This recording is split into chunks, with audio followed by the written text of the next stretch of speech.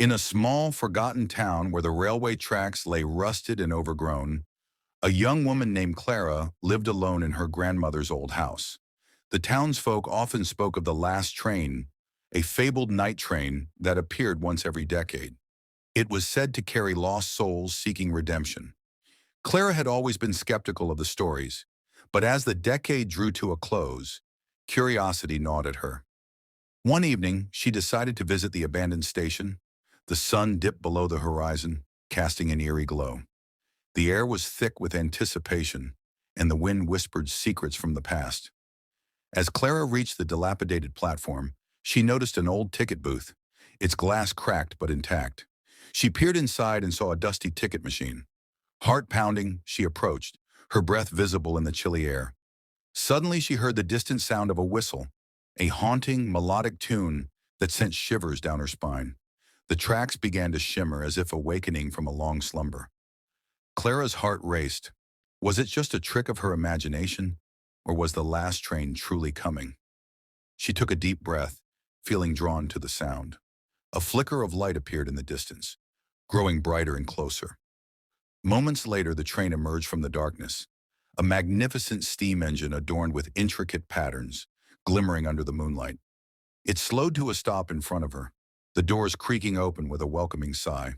The conductor, an elderly man with a wise smile, gestured for her to board.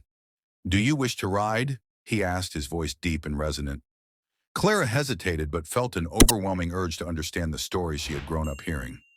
"Yes," she replied, stepping aboard. Inside, the train was filled with soft, warm light. Passengers were seated, each lost in their thoughts.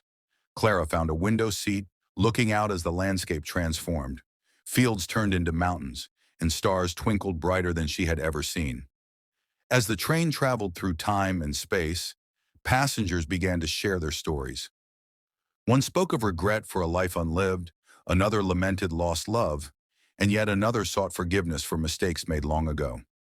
Clara listened intently, realizing that each tale mirrored her own fears and dreams. As they journeyed, the train began to slow, and the conductor announced, "We are approaching the station of reflection. Here you may confront your past and find peace." Clara felt a mix of fear and excitement.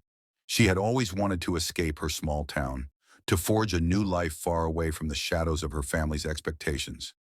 But as she reflected, she also recognized her love for the place, the memories of laughter with friends, her grandmother's warm hugs, and the beauty of the countryside. Stepping off the train, Clara found herself in a beautiful garden filled with flowers, each one representing a memory from her life. She walked among them, touching the petals gently. In that moment, she understood. It wasn't about escaping, it was about embracing her past while moving forward. With newfound clarity, Clara returned to the train. The conductor smiled knowingly. "You've discovered what you needed," he said. As the train began to pull away, Clara felt a sense of closure.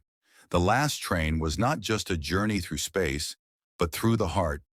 She was ready to return to her town, to share her stories and to weave new ones into the fabric of her life. When she stepped off the train at dawn, the world felt different. The sky was painted with hues of orange and pink.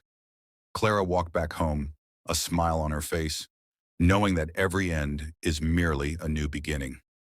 From that day on, Clara embraced her life, turning her grandmother's old house into a warm haven for friends and family. The tales of the last train lived on, but now they were not just stories, they were a part of her reality. Clara learned that sometimes the journey within is the most important one of all.